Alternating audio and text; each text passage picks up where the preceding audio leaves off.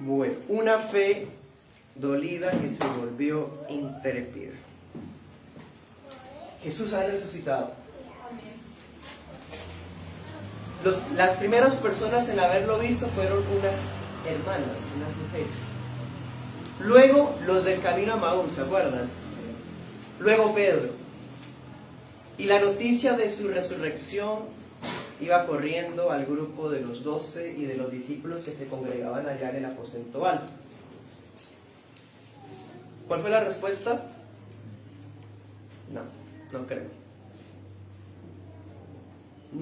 No puede ser. Hasta no ver, no creer, ¿cierto? Eso lo podemos ver desde el versículo 1 hasta el versículo 18. Cristo se presenta a varios creyentes.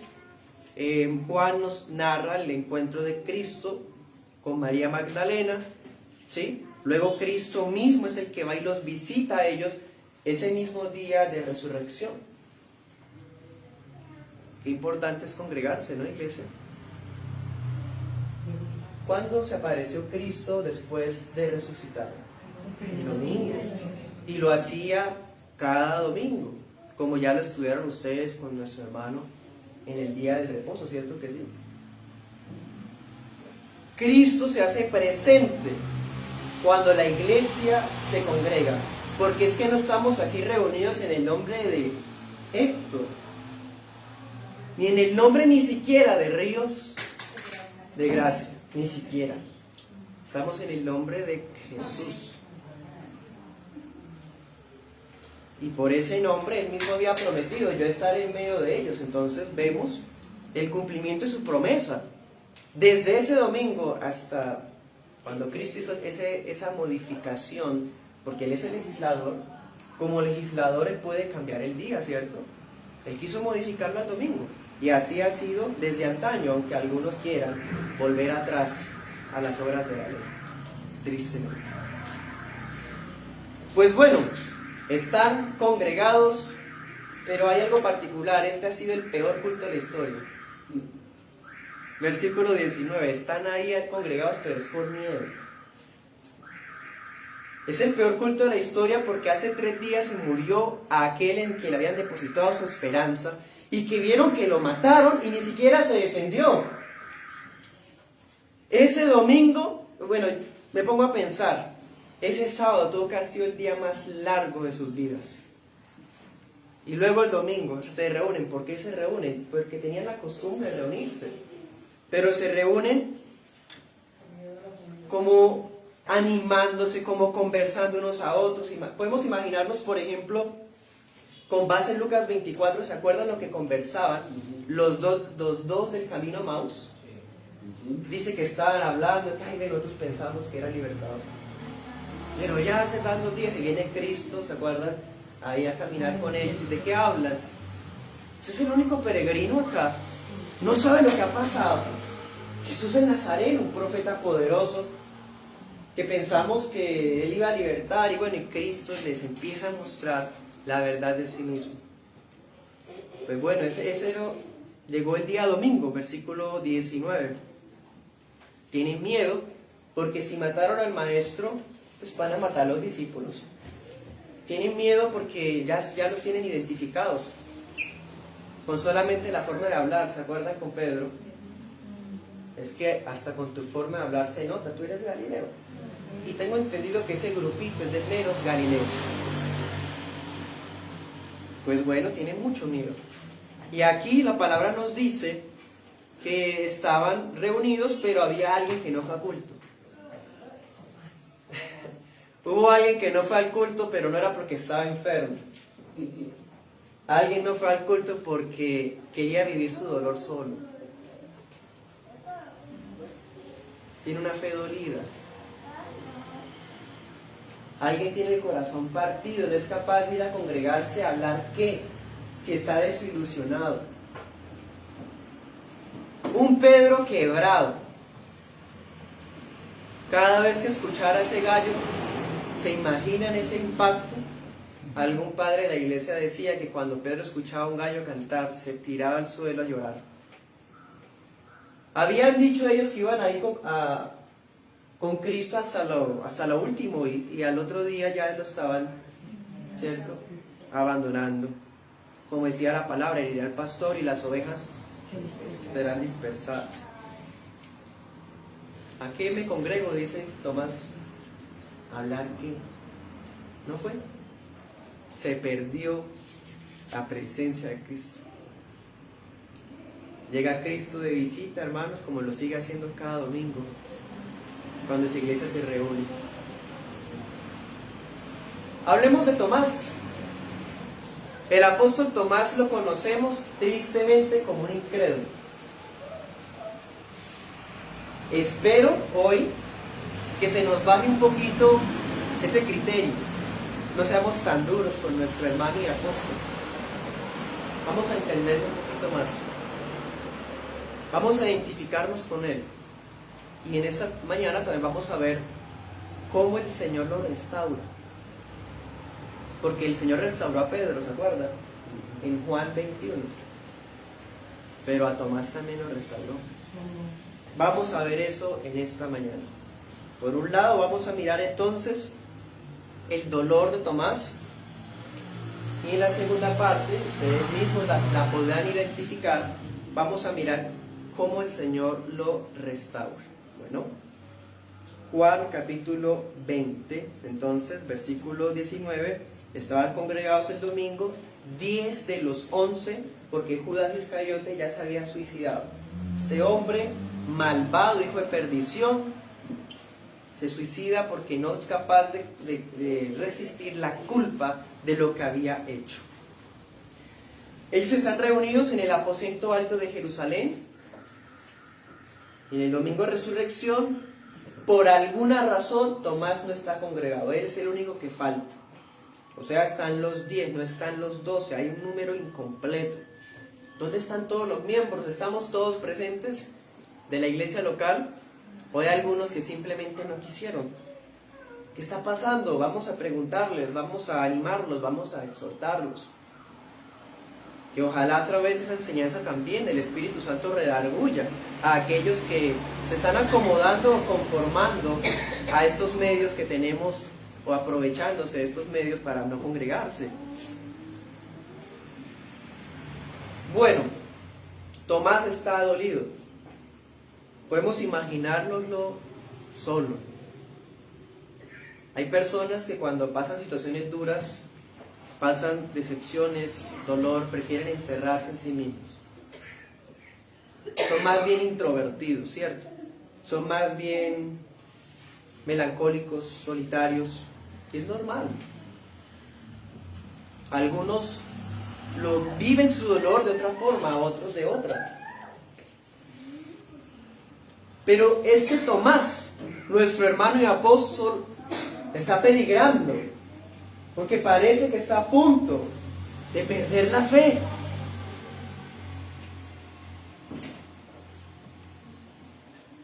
Versículo 19, ¿qué pasó? Ese domingo que Tomás no quiso ir, que estaba la iglesia congregada, vino Cristo y ¿qué les dio a la iglesia? Paz. Entonces Tomás está dolido porque no ha recibido la paz que Cristo dio cuando la iglesia se reunió. Tomás, de lo que se perdió.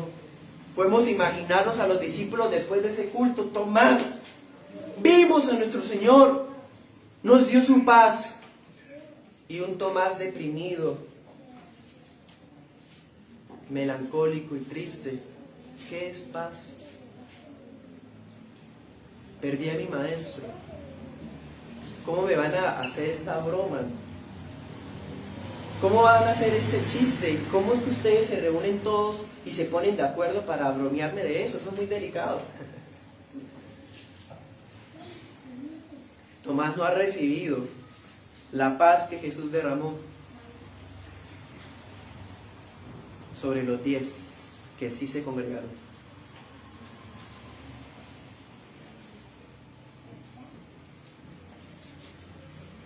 Versículo 25. Los discípulos le contaron, porque es que cuando la palabra llega a nuestra vida, no nos podemos callar, hermanos. Si la palabra ha llegado a nuestro corazón, vamos a contárselo a todo el mundo, a nuestros familiares, compañeros, vecinos. Aprovechamos cualquier oportunidad para compartir lo que se nos ha derramado a nosotros. ¿Sí o no?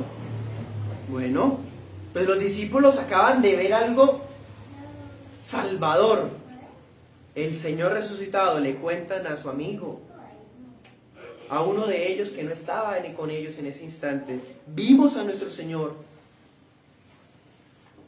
Lo encuentran. Podemos imaginarnos a la iglesia a lo largo de la semana, ese lunes, martes, miércoles, jueves, viernes, sábado, insistiendo a Tomás: ven a la iglesia, congrégate el domingo. Todos animándolo a que volviera a retomar. Y el Tomás, solitario y lúgubre, diciendo: el lunes no, el martes no, el miércoles no, el jueves dice: bueno, de pronto. El viernes, déjeme pensar. Y el sábado dice: bueno, el sábado, mañana voy. Y llega el domingo y listo, llegó al culto nuestro hermano y apóstol a congregarse de nuevo. Pero cuando los discípulos lo invitan o le comparten de la enseñanza, la buena nueva, ¿cuál es la respuesta de Tomás? Dice: si yo no veo, póngale cuidado al orden, si yo no veo en sus manos las marcas de los clavos, y no solamente ver, dice, y meto mis dedos en ellas, ver y ni siquiera tocar, es meter. Y luego dice: meto mi mano. Y no era meter el dedo, era meter la mano. Un poquito exagerado, ¿no? Nuestro hermano y apóstol. Pero ¿saben por qué habla así? Hermanos, cuando un corazón está dolido dice muchas cosas. Cuando un corazón está partido es capaz de decir sandeces, ¿cierto? De herir, dañar, de poner condiciones a Dios, de renegar, blasfemar. Si no meto mi mano en su costado, no creeré. Bueno, nuestro hermano Tomás es uno de los fundamentos de la iglesia, es una de las columnas de la Nueva Jerusalén. Pero ni siquiera una columna de la Nueva Jerusalén tiene derecho a ponerle condiciones a Dios. Él no puede decir: si Dios tú no esto, entonces yo no lo otro. Ni siquiera un apóstol tiene derecho a ponerle condiciones a Dios. Dios, si tú me das esto, me muestras esto, me dices esto, entonces no lo voy a hacer. ¿Qué? ¿Desde cuándo los gusanos le ponen condiciones al Creador? Volvemos a lo mismo. Es una fe dolida. Entendámoslo. No vamos a seguir diciendo: es que era el incrédulo de los 12. No, era el que más le dolió. Y ahorita y nos podemos acordar por allá en Juan capítulo 11, verso, creo que es el 19, ya les confirmo, Juan 11.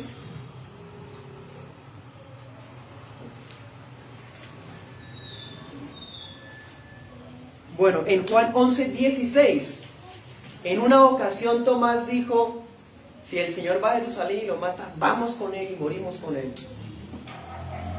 En otra ocasión, Juan 14, en Juan 14, Cristo dice: voy a un lugar, les parafraseo, voy a un lugar, ustedes no saben dónde queda, o más bien, voy a un lugar y a donde yo voy todavía no me pueden acompañar. Entonces Tomás dice: pero ¿cómo vamos a ir a donde tú estás si no nos dices el camino? Juan 14:5. Juan 14:6, y Jesús le dijo: yo soy el camino y la verdad y la vida. ¿Quién le dijo eso? A Tomás.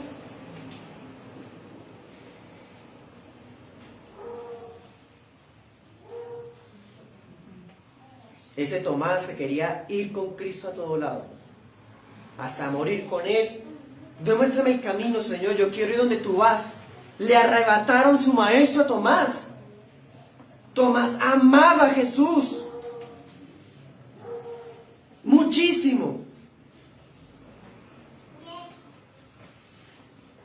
pero su corazón está lleno de incertidumbre. Le había entregado mi vida a alguien que se murió. Y ahora tiene el corazón, insisto, dolido. Por eso tengamos mucho cuidado, hermanos, con nuestros absolutos vanos. Como cuando decimos, nunca creeré, jamás haré, yo siempre tal cosa. Absolutos ridículos y vanos que muchas veces salen de nuestros momentos de ligereza. Vamos a Lucas 24. Lucas 24, 9. No podemos olvidar que en realidad ninguno de los 11 apóstoles mostró la fe que hubiéramos esperado que ellos mostraran.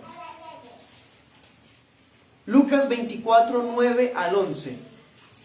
Dice que las mujeres volvieron del sepulcro, comunicaron todas estas cosas, la visión de los ángeles, ¿se acuerdan? Todo esto.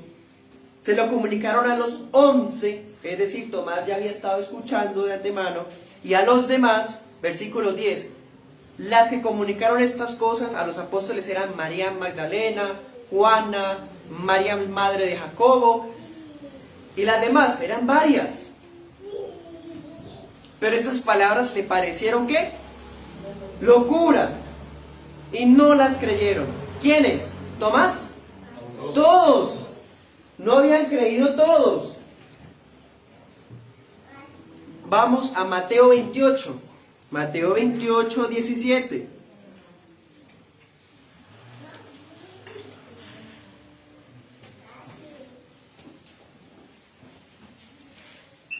Entonces, no creyeron al anuncio de las mujeres que testificaban que habían visto los ángeles en la tumba.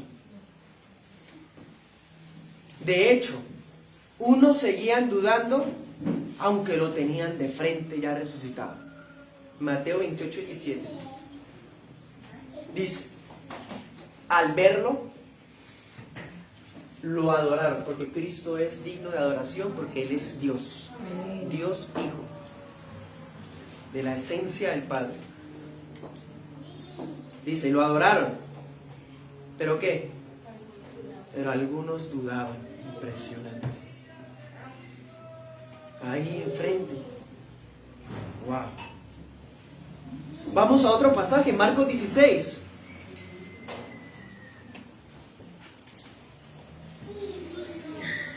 Marcos 16. Vamos a leer el verso 11.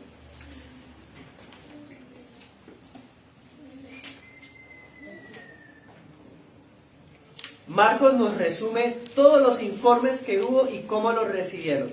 Dice, cuando escucharon que ellas decían que Él estaba vivo y que se les había aparecido, ellos no les creyeron.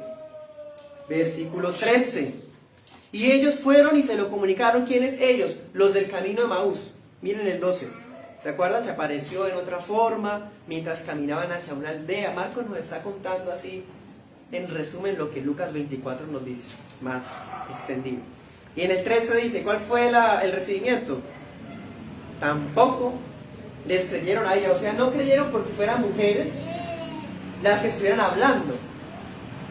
Como ustedes saben, las mujeres no eran considerado de tanta credibilidad un testimonio. Pero el problema no era ese, no era porque fueran mujeres, porque los otros tampoco les creyeron.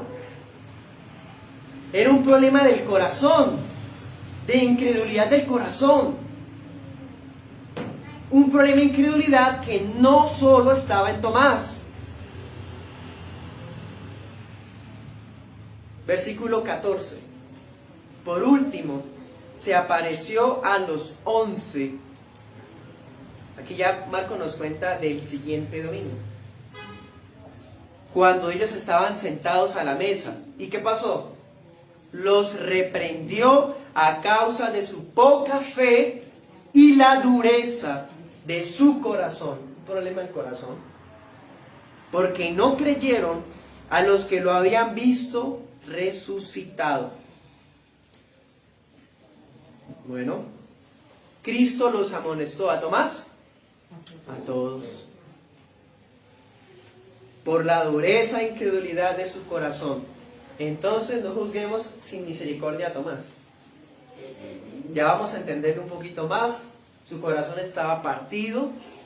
Y por otro lado, él no fue el único incrédulo. Bueno, ya aclarando eso de su corazón y su fe dolida, miremos su restauración. Vamos a Juan 20 nuevamente. Juan 20, verso 26.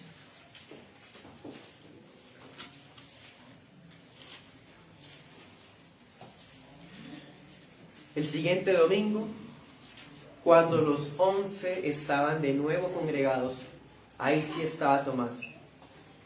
Una manera de poder dar pasos para volver a calentarnos en nuestra fe, avivarla, es los medios de gracia. Y la iglesia es un medio de gracia maravilloso, donde podemos ser avivados con el fuego que emana la fe de los otros hermanos. A Dios le plació así. Hay gente que no quiere sujetarse, que quiere vivir una vida de cristiana sin iglesia, una vida cristiana independiente, una fe nueva, extraña a la Biblia y a la historia de la iglesia. Eso es raro, pero bíblico no es. A Dios le plació así como la palabra dice que a Él le plació que por la locura de la predicación llegara la salvación a los oyentes. Él quiso que fuera así. Bueno, conste esto, estaba cerrado y Cristo se aparece, porque Cristo es Dios. Y como Dios tiene los atributos de Dios, y un atributo de Dios es la omnipresencia. Omnipresencia que no requiere ser visible. Vamos a ver por qué. Versículo 27, y le dijo a Tomás, mete aquí tu dedo. ¿Se acuerdan lo que Tomás había dicho? Cristo casi que lo dice respondiéndole a cada una de las cosas. Hasta que no veo. ¿Qué le dice Cristo? Mira, mete tus dedos en las manos, dice Cristo, mete aquí tu dedo. Meter la mano en el costado, dice Cristo, extiende tu mano, Cristo le responde, porque Cristo estaba presente, no visible, pero sí invisible. La omnipresencia no requiere ser visible para ser omnipresencia, porque nuestro Dios es espíritu, y a la vez, pues Cristo es perfecto hombre. Eso es un misterio, pero así es. Por eso Cristo dice, mete, ve, toca. ¿Se acuerdan? No soy un fantasma. Un fantasma no tiene carne ni huesos, pero a la vez es espíritu porque es omnipresente. Es el misterio de las dos naturalezas del Hijo de Dios, pero son verdades innegociables. Cristo viene, les da su saludo de paz, y Tomás, comenta el doctor Hendrickson, Tomás parece a uno sorprendido en medio de un terremoto. La tierra misma parece estar bajo sus pies. En otras palabras, trágame tierra. Bueno, estas palabras de Cristo, aclaro esto, no son una respuesta a que cada vez que alguien diga es que hasta que yo no veo, yo no creo. A mí me tiene que mostrar y que se me aparezca Dios acá. Cristo no está respondiendo a un cuestionamiento humano, a un raciocinio vano, a una duda absurda. Cristo quiere restaurar a su Hijo. No es que Cristo esté obligado a respondernos cada vez que queremos ponerle señales, o decirle, Señor, si esto, entonces muéstrame a mí claramente. Las palabras del Señor corrigen la incredulidad de Tomás, pero también reavivan su fe herida. Una fe que estaba dolida tiene que ser restaurada. Restaurada. Esto no fue porque Cristo haya respondido a sus cuestionamientos vanos, sino que Tomás acaba de entender algo que a 3 años no fueron suficientes para recibirlo completamente. Versículo 28. Señor mío y Dios mío. Cristo quería enseñarle a Tomás su divinidad. Más que responderle hacerle caso a sus cuestionamientos, no, él quería mostrar su divinidad. ¿Por qué? Él escuchó. Cuando Tomás dijo lo que dijo, él escuchó. Porque Cristo es Dios. Y Tomás dice, Él es mi Señor, Adonai, mi Dios. Palabras que eran solamente para Yahvé en el Antiguo Testamento, en el libro de Salmos. Señor mío, Dios mío. Eso se lo ve en Salmos, dicho a Jehová. Y Tomás se lo dice a Jesús, porque Jesús es Dios. Tomás acaba de entender ahora sí la divinidad del Hijo. Por eso Cristo le dijo eso. Mira, mete, extiende tu mano. Para mostrarle que él escuchó cuando él habló de esa manera imprudente. Debía aprender Tomás a no depender de sus sentidos, ver, sentir. Tenía que aprender Tomás y todos los tomasitos que estamos acá, a aprender a no imponer nuestras propias condiciones para creer.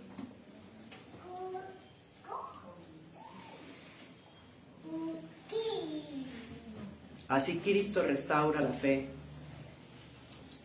de Tomás. Le muestra su divinidad. Resucitó mi Señor y ese Señor es Dios. Mío. Mío. 2 veces mío. Amén. Versículo 29. Ahora que me has visto, has creído. Y eso es para todos nosotros. Dichosos los que sin haberme visto creyeron. Porque Él está presente aquí, sin necesidad de que lo miremos, o lo toquemos, o extendamos la mano. Aunque ahorita veremos una pantomima, una representación de Cristo, autorizada por Él mismo, ¿no? Que es la Santa Cena del Señor. Bueno, en Juan 21, luego volvemos a ver a Tomás, lo vemos allá en Juan 21:2. Él está ahí con los discípulos. La vez cuando Cristo restauró a Pedro, entre los que estaban ahí pescando, ahí estaba Tomás. Si usted toma apuntes, anote estas citas: Marcos 6:7, Lucas 17:5, Hechos 1:4, Lucas 22:14, Hechos 5:29. Y de hecho tengo más, pero en todos esos versículos ahí está Tomás, implícito, porque Tomás es de los apóstoles que pocos se mencionan por nombre. ¿Sí? Ahora, la tradición de la iglesia nos cuenta, nos narra que Tomás, ese Tomás que tenía una fe herida, se convirtió en un discípulo intrépido, porque estuvo dispuesto a ir hasta lo último, a llevar el Evangelio. Nosotros sabemos que es probable que el apóstol Pablo llegara hasta España. ¿Se acuerdan en Romanos que dice que yo quiero ir hasta España a llevar el Evangelio? Voy a llevarlo a Roma, ¿cierto? Sabemos que Pedro lo llevó a Bitinia. Pero si Pablo fue hasta el extremo de Occidente, alguien fue hasta el extremo de Oriente. Tomás. El de la fe dolida se convirtió en el discípulo de la fe intrépida. La tradición de la iglesia y la historia nos muestra a un Tomás llevando el Evangelio a Partia. Partia, lo que sería más o menos Irán, Irak. Pero no se quedó ahí. siguió más para allá y llegó hasta la India. Y en el año 72, cuando predicaba el Evangelio, unos sacerdotes paganos se enfurecieron y con lanzas lo mataron. Es irónico que, ¿se acuerdan que quería meter la mano en el costado donde Cristo fue traspasado con la lanza, ¿no? Es irónico que como aquella herida a la que estuvo dispuesto a meter su mano para creer, su muerte hubiera sido a través de una herida muy similar, a través de lanzas. Pero no quiero resaltar esa ironía a manera como jocosa, no, para nada. Quiero es mostrarles que Él estuvo dispuesto, por esa fe fuerte, a morir como fuera, con tal de representarla, cuidarla, anunciarla. Entonces, se volvió una fe intrépida porque estaba dispuesto a no tener una herida de lanza, sino varias. A lo que fuera, hasta el fin de la tierra, a predicar la palabra. Si alguno de nosotros tiene una fe que ha sido herida, que ha sido dolida, a través de la palabra de paz, del Evangelio, de Cristo, Él nos puede restaurar. Él ha escuchado nuestras palabras ociosas muchas veces, pero es Dios perdonador, perdonador de los incrédulos, perdonador de los pesimistas, perdonador de los negativos, de los imprudentes, perdonador de los que quieren dárselas de muy razonables, pero son vanos sus pensamientos. El Señor nos perdona para que nosotros confesemos de corazón: Señor mío y Dios mío, con una fe viva como la de nuestro hermano y apóstol Tomás. Este discípulo intrépido, con una fe viva y llena de esperanza, estuvo dispuesto a ir hasta el final de la tierra para llevar gloria a su Señor y Dios. Hermanos, para terminar, digo lo siguiente: no se trata de Pedro, de Juan, de Tomás, de Héctor, Noel, Mauricio. Se trata de aquel que conoce nuestras flaquezas y nos ama. Aquel que conoce nuestras debilidades y nos hace fuertes. Aquel que sabe que nuestra fe es muy frágil, pero que la alimenta para que esté fuerte para resistir la prueba, la tribulación, la tristeza, el dolor. Aquel que es capaz de que nuestra fe se vuelva intrépida y pueda llevarla a otras personas que ni siquiera tienen un pedacito de fe. Hemos visto cómo el Señor perdonó sus pecados. Hemos visto a nuestro Señor y Dios que transforma a hombres cobardes en intrépidos. Es el mismo que hoy sigue llamando a los incrédulos, a los pesimistas y a los resentidos para convertirlos en varones de Dios, santos y útiles para su reino. Discípulos de Cristo, necesitamos valentía, una valentía que espera lo mejor. No se trata de confesión positiva, ¿no? o una impulsiva precipitación, hacer las cosas sin pensar, pero sí aprender a vivir por fe y a producir pensamientos de fe. Tú guardarás en completa paz a aquel cuyo pensamiento en ti persevera, porque en ti han confiado. Isaías 26:3. Segunda de Corintios 5:7, porque vivimos por fe y no por vista, de verdad. Bueno, pues coloquemos nuestro amor en aquel que sin verlo le hemos creído. Oremos.